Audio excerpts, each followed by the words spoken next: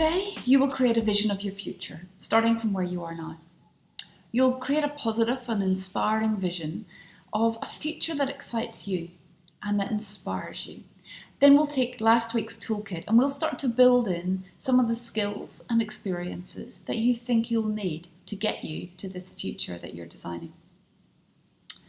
But before you begin, let's understand some of the theory about what makes for a successful, happy and fulfilling retirement. This is research that's relevant at any stage in your life, but elements of it seem particularly relevant as people transition into this phase post-work. What does it take to build well-being and satisfaction with your life? Well-being is a term that's used a lot these days with a variety of different meanings and assumptions behind it. We'll be using some elements of well-being as a framework for describing our futures. The South Australian Government, in its document, The State of Wellbeing, defines it as the balance between the challenges we face and the supports and resources available to us, and is subject to our aspirations and the opportunities available to us. The New Economics Foundation in the UK developed 5 evidence-based elements of well-being back in 2008, and they're still widely used around the world today. These elements are a combination of external-facing, action-based elements and internal-facing, reflective elements. Let's explore them. The first is connect. Connect can be with family, with people around you, with work colleagues, with a local community.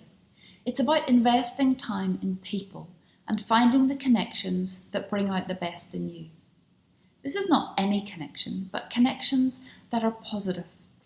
We all do connections with people that bring us down, that are negative, that reinforce downward spirals of thought. This is about finding and reinforcing the positive connections. Secondly, be active. This is about getting physical. It's good for brain health and physical strength. It's good for mental and emotional well-being. This is about finding something to do that you enjoy and that's within your level of mobility and fitness. So not about starting to run a marathon, but maybe just starting to walk around the block or just get off your seat more regularly and move every hour or so. This is about finding something you enjoy in being active. Thirdly, take notice. Taking notice means being curious, looking around you, patterns of thought and patterns of action that are familiar, but starting to notice the little things around you that you haven't spotted before. Maybe seeing what's happening in your garden, savouring the moment you're sitting in a cafe and looking around you to see what's happening. Fourthly, keep learning. This doesn't have to be formal learning and going to university or TAFE, but it might be. But it could simply be trying something new, picking up an old interest that you've forgotten from the past, or learning to cook for the first time, or setting yourself just a small learn a new thing. Learning builds confidence as well as being great for your brain. Finally, the 5th element is giving. This is about looking beyond ourselves and focusing on others. It could be saying or doing something nice for someone around you, a neighbour or a friend.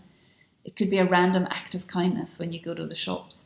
It could be getting active in a local community group, volunteering, or it could simply be pushing yourself to say hello to someone each day who seems to be on their own. It's important that we not only look inward at ourselves and what we need, but also look outward. And there is a growing body of evidence that those who are giving, contributing in some small way, tend to thrive. We also want to mention neuroplasticity. There's a growing and emerging field of knowledge that, contrary to what we used to believe, the brain can continue to grow, learn and adapt well into old age. So why do we bring this up? Well, you've heard a lot about growth mindsets, about well-being, and you may be feeling that this is not something that is naturally you. But neuroplasticity is giving us knowledge that people can change. Our brains can change their patterns of thought and behaviour. Dr. Michael Mercer, scientist at the University of California, recent research has shown, under the right circumstances, the power of the brain plasticity can help adults' minds grow. Although certain brain machinery tends to decline into older age, there are steps people can take to tap into plasticity and reinvigorate their brain machinery. This is really exciting for us at any stage in our life. Merzenich goes on to outline 10 core principles of neuroplasticity. We want to outline 2. Firstly, apparently, the harder you try and the more you're motivated, the more alert you are, and the bigger or better or worse the potential outcome, the bigger the change in your brain. So what does this mean?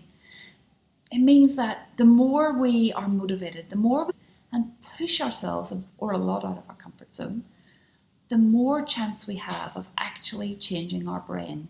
So if you do a crossword puzzle every day, that's not going to impact your brain. But if you take on a new challenge, something you've never done before, an embarrassing outcome or a big outcome, then we have the chance to rewire our brains.